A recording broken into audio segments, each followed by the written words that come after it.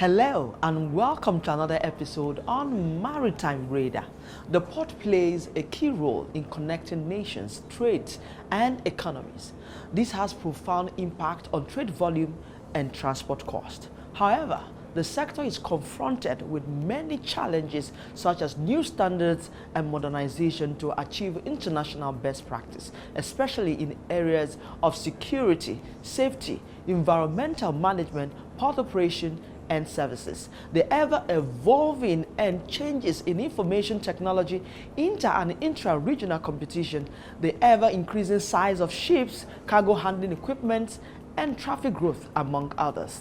Africa must have the ability to cope with such rapidly advancing realities in order to benefit from the trade opportunities. Assessing the Nigerian Port Process Manual and the role the Port Standing Tax Team has played as regards monitoring and enforcing adherence are some of the issues that will be on the front burner on today's show. I'm Nneoma Obi-Asualo. The development and launch of Nigerian Port Process Manual (NPPM) was consequent upon the proclamation of the Executive Order 01 on ease of doing business by the federal government. This manual is the main indicator for institutionalizing the executive order in Nigeria's port sector. Its aim also is to remove inefficiency and lack of transparency in the maritime industry. The manual was designed also as a zero-tolerance policy on wastefulness and corruption, which is the ultimate reason for the executive order. Following its launch, the Nigerian Shippers Council was appointed to lead in the monitoring, enforcement, and its implementation. The Independent Corrupt Practices and Other Related Offences Commission (ICPC), the Department of State Services (DSS), the Nigerian Port Authority (NPA) were also named to support the Nigerian Shippers Council in the task of monitoring and enforcing total adherence of the manual. Before we get further into today's lineup on the program, let's find out the latest in maritime news.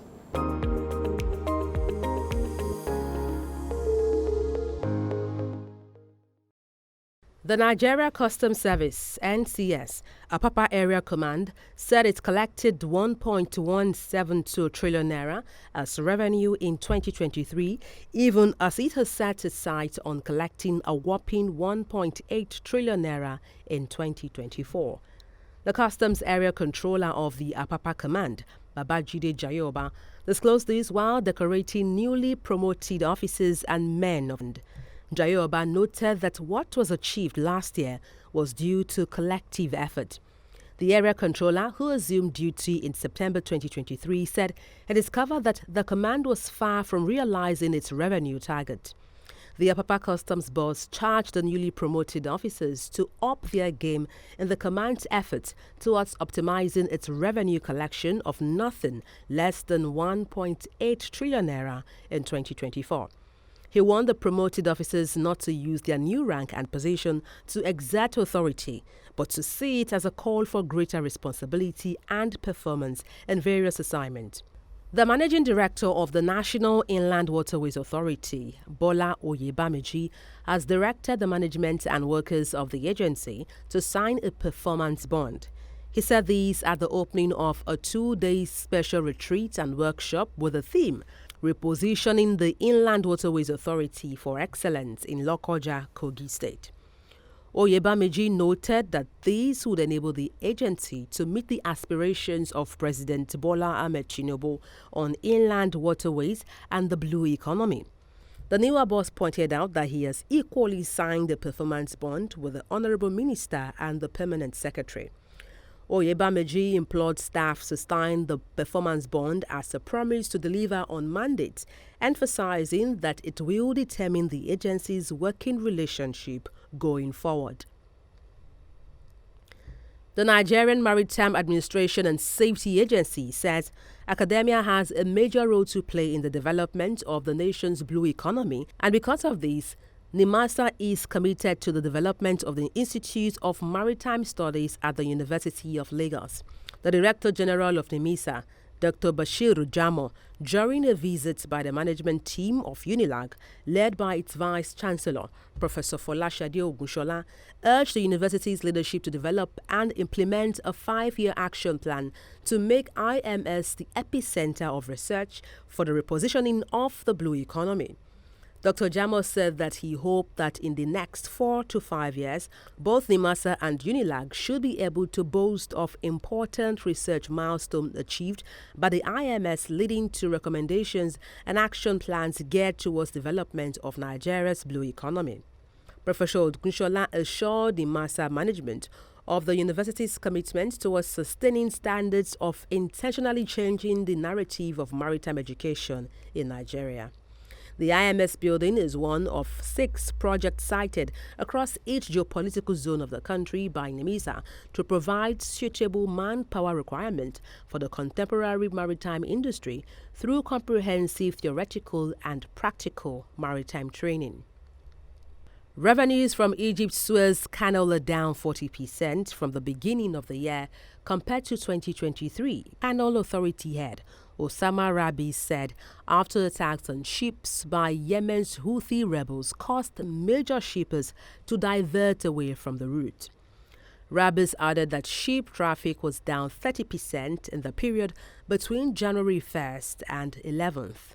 Compared to the year prior, while the number of vessels to pass through the Suez Canal dropped to 544 so far this year from 777 in the equivalent period of 2023.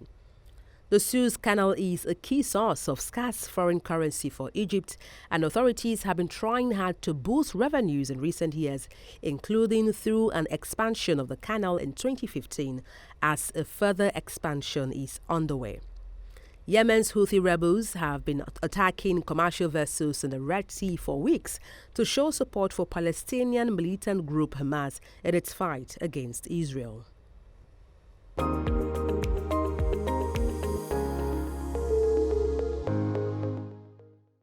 If you're just joining us, this is Maritime Radar. The challenges of assessing Nigeria's ports at Apapa and Tinkan, Lagos, and the efforts to improve it has remained a nagging point as government strives to effectively exploit these potentials to the fullest. The port standing tax team then was set up in response to this challenge. It was mandated to ensure the immediate removal of all trucks from the bridges and roads within Apapa and all adjoining streets leading into the axis, and the development of an efficient and effective management plan for the entire port area traffic, including cargo, food distribution, and business district traffic. Fadipe Moses, Director, Southwest of the Nigerian Shippers Council and National Coordinator, Port Standing Tax Team, in this chart shares the state of affairs before PSTT, the interventions made so far, and challenges hampering its full efficiency. Please stay with us.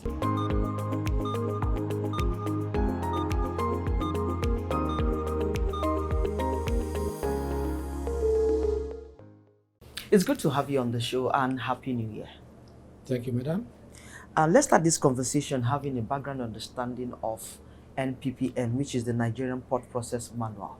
Well, our audience would like to know what exactly is this manual and the mandate that has been given to your team, which is the Port Standing Tax Team. Talk to us about it. Yes, thank you, Nena, for that question. The NPPM literally means Nigerian Port Process Manual. What is it about? This is an encapsulation of activities within the maritime sector, and I would say port sector specifically. It is an activity of each of the agencies present in that space, and that's what they refer to as their standard operating procedures. And this has been in existence from 2016, and this was launched by the federal government in 2016 for agencies to go and implement their standard operating procedures for the benefit of the public. So from that 2016, the scorecard is not encouraging for that standard operating procedure. And it was being revealed or in the outcome of what we call the Corruption Perception Index by Transparency International. 2017, it doesn't improve. 2018, it doesn't improve. 2019, it was even go more worse. That was when we went down to 24%. And government is worried. And what did they do? They quickly come out with what we called the Executive Order 1 of 2017 that has to do with the port sector. And this policy is meant to strengthen the standard operating procedure of every agencies by way of introduction of default approval, introduction of 24 hours port operation, and the introduction of 48 hours cargo clearance. And along the line, before that 2016, let me just rewind a little. There was a petition by a group, an international group called Maritime Anti-Corruption Agency. They are based in Copenhagen, Denmark. And they have over 60% ocean-going vessels as their members. Okay. And what they do is to ensure that there is zero tolerance for corruption in anywhere their members are. Okay. And knowing fully well that Nigeria does not have that anti-graft law that could safeguard their members, as it is done in other countries.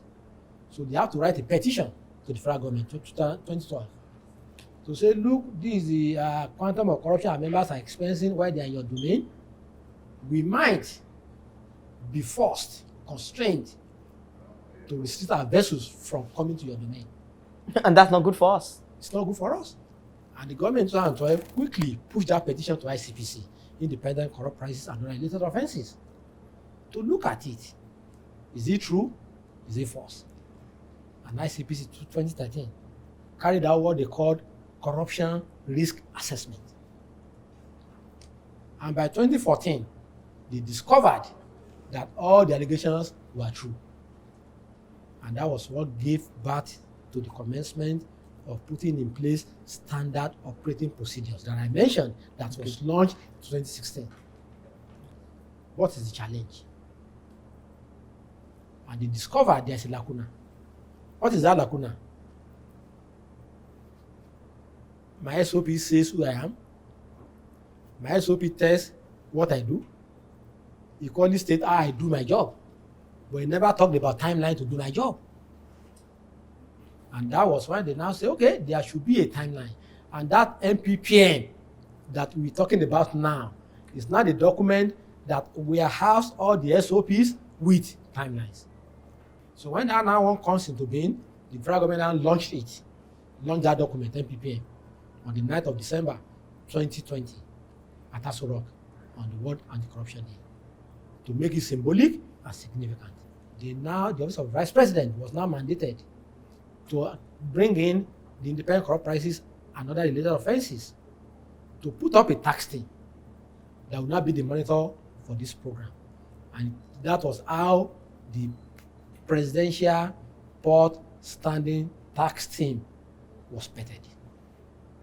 Wow, that's a good background understanding of what MPPM is. But in the course of your duty, there's still allegations of extortion and also inefficiencies and all that. So how have you been able to midwife these challenges, and what solutions will you prefer to ensure that we have a better efficiency with the MPPM? In the area of arrival and departure of vessels I mentioned, in the past, before the PSTT in 2021, a vessel average waiting time at anchorage after pilot assignment by Nigerian Port Authority is 5 hours. So now, as we speak, when the MPPM came in, under 3 months, 90 days, we're able to bring it down to 90 minutes, which is what is operating today. 90 minutes. So you can look at it in terms of cost saving for the vessels. Again, under that arrangement, there's what we call when even the vessel comes, it's not at your bed, waiting to be attended to, because the husband has to come and attend to the wife. In the past, a vessel can be at berth for only God knows. But now, a vessel at berth must be attended to maximum 30 minutes by the port head. As at today? As at today, because nobody boards a vessel without clearance of the port head, which they call free pratique. Now again, other agencies, the customs, the immigration, they are coming to perform their duties. In the past, they come at different hours, but now it's what we call joint boarding. All of you must come at once, and you have 30 minutes to spend. So in all of this, we have reduced the time for vessel boarding and roomaging. In the past, we have an average of 7 to 10 days to resolve infraction. And as a vessel, at that berth, per day, you spend an average of $20,000. Okay? When you are being kept there. So if you are kept for 5 days, we're talking about $100,000. And part of the allegation of MACN is that their members spend an average of $150,000 every time they call Nigerian waters. But as today, our infraction intervention is now between 1 to 4 hours. Meaning that you can't spend 24 hours there. So you have no justification to pay that $15,000. And in 2021 to 2022, we're able to save a sum of $12,350 million for the economy of Nigeria. What did we do? We quickly deployed people to the corridor to go and dismantle, take my word, the extortion points. And for you to even measure what I'm saying, before the PSTT in 2021, for you to take a container box from Apapa to Ikeja, people are spending 1.2 million. We are due for a break now, and okay. When we return, we'll be taking your concluding thoughts on what PSTT has really done, and we'll also look at compliance and the gaps hindering object. But that will be after this short break. Please stay with us.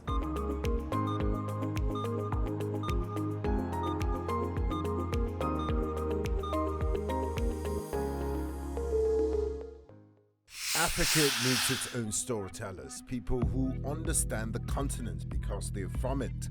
People who know that news is more than just a conversation starter, it's our stories.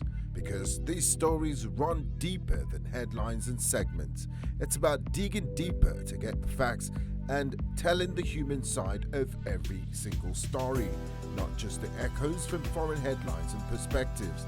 It's time to take back our narratives and share them in our voices.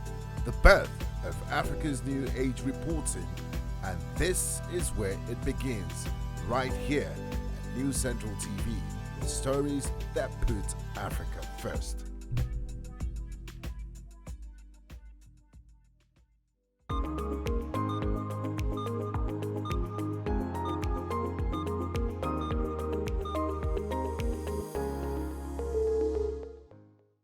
If you are just joining us, this is Maritime Radar, and I still have with me Moses Fadipe. He is the Director of Nigerian Shippers Council and also the National Coordinator for Port Standing Task Team.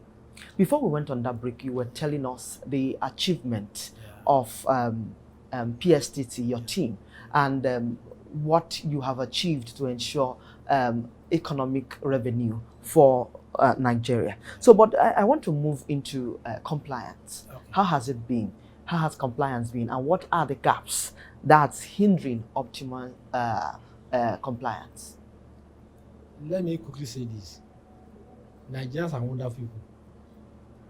And when they see the handwriting on the wall, they comply quickly. But one thing, the tone must be set from the top. That's political way. The tone must be set from the top. When they know it's zero tolerance for corruption at the top, okay, easily people force in. Up to today, no single entity, no single agency, no single association, no single group of people have ever alleged the post-time tax scheme of corruption. So, how did we achieve it? By way of education to the people, by way of running with them, and by way of when they infracted, we met out their appropriate sanctions to them without fear or favor and without looking at where you come from. Even amongst your team? Yeah. When we notice anything we do that does not, fall in line with the rule of engagement of the team, we are quickly yanked off and you are met with the appropriate punishment. So, the actors in the industry, you have, traders belonging to multinationals. When you are caught as a multinational, your import manager must come and write letter of undertaking that truck must not do that henceforth. And when you infracted on any road regulations, the FRS is there, you hand you over to them, and they must do the right thing. And you must validate all your papers. So even the truck driver, people are saying, oh, they are mad people, they are this, they are that. My experience with them, madam, it will interest you to know that this truck driver you look at as miscreants or as hoodlums, they are the best set of people that are reasonable. But where they find themselves, the kind of environment you subject to makes them to be mad. Because a truck driver that is on the road for like 5-6 days, defecating there, eating there, cannot see his family, and is about to enter the port premises, and somebody now come and say you cannot enter, go like this. What do you expect of that person? But within the port sector or the port logistics range, which is about 15.6 kilometers, let me say this: there is a call-up system. Okay. They call it ATO. Yes. You are aware of that, managed by TTP. Yes. Now the question I keep asking is an electronic platform. How do people get into that system to fraud with it? Because my team has arrested uncountable people with fake ATOs. And these fake ATOs are people that will congest the road. And when you have a genuine ATO, it has given you a time bed to be on that road. So how did what happened that others that were not given that time bed find themselves on the road and they have a valid ATO? Okay, that brings me to this question, because it's still this corruption we are talking about, because that is the major challenge I see with MPP. And so look at 180 million, brings me to that question, has been approved for PSTT to fight corruption and prevent other maritime crimes. And this sum is supposed to be contributed not just by your agency, Nigerian Shippers Council, but with MPA and NIMASA. But I understand that your agency has made this contribution. What of the other agencies? Haven't they been able to make this contribution? Because it's imperative to fight this corruption to ensure that we have the efficiency we all look out for. Let me quickly say this. Nigerian Shippers Council are meant to be, they are the lead agency. Yes. When it comes to PSTT. And because it's a port system for the benefit of the nation, all other maritime agencies like NIMASA you mentioned and MPA were mandated to contribute to the daily running of this PSTT. Yes. And that in terms of finances, in terms of logistics, in terms of personnel. Okay. So that is where this issue of 180 million came about. Because we look at our budget for a certain period of time to say we need this amount to execute X and Y. And that was how they said, okay, let each agency contribute that 60 million each to the covers of the PSTT. Okay, funding is key to be able to drive your team. Key. So how have you been coping? Well, the funding for now has not been that too encouraging for us to achieve what we intend to achieve. So there's still need for government to look at that area. Because when they say when you fight corruption, corruption fights back. And we have seen it on many occasions where we are ambushed, we are this, we are that, we are attacked, and all whatnot. So when you do have the necessary tools, what do? You only run within the confine of space, or within the confine of within the confine of what's available for you to run with. Okay, what I have deduced now is one of the hindrances or your challenges is finance. So can you talk us through other challenges you have experienced and other problems also that you have encountered in in Nigerian ports, and share solutions, key solutions you think that would also help to address this? Well, what I've just experienced is agencies working in silos. Okay. We should all look at ourselves as children of the same father for a common purpose. We are in Nigerian Shippers Council is looking at myself as Nigerian shippers, you are NPA, you are Nneoma, for a common purpose, it doesn't help the system. And we've been talking to ourselves. Let's work together for a common goal. There should be consequences for actions or inactions. I'll tell you this, most times we apprehend the culprits with evidences. I'm not a prosecuting agency. My job is to make sure that they are arrested. But before you know it, Nana, the following you see them on the streets. Are they not more dangerous than they were before you apprehend them? So there must be an holistic synergy amongst all agencies. So yeah, this is what we intend to achieve. This, and whoever has infracted, whoever has thwarted that effort must be made to face consequences. Go to the industry, go and interview people. They will tell you of all the tax team that has ever come to Apapa, that the PSTT is the only one they can say, yes, they've done well. But because everybody's hands are on deck, everybody knows where we are, what is the destination, and everybody has passion for the job, and everybody knows it's a service to the nation. We are not looking at what we gain from it, we are looking at national recognition. I must thank you most kindly for your time and thoughts on the show.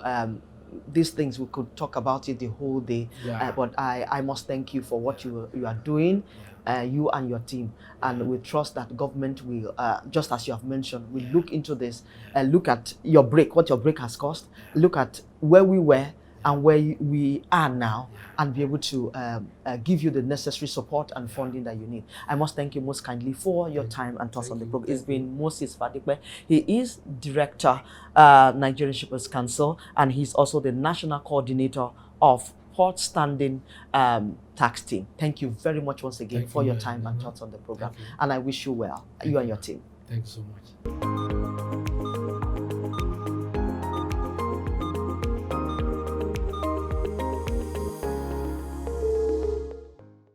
And that's our show this week. I hope you'll be able to learn a lot about the PSTT and all the interventions that have been made and what is left to be done, especially the support from the federal government as regards funding. Join us every week on Maritime Radar as we explore potentials that will ensure the development of the maritime sector in Africa. You can also expect the latest in global and local maritime news plus industry insights right here. I'm Nneoma Obi-Asualo. Many thanks for your time on today's show, and see you again next week.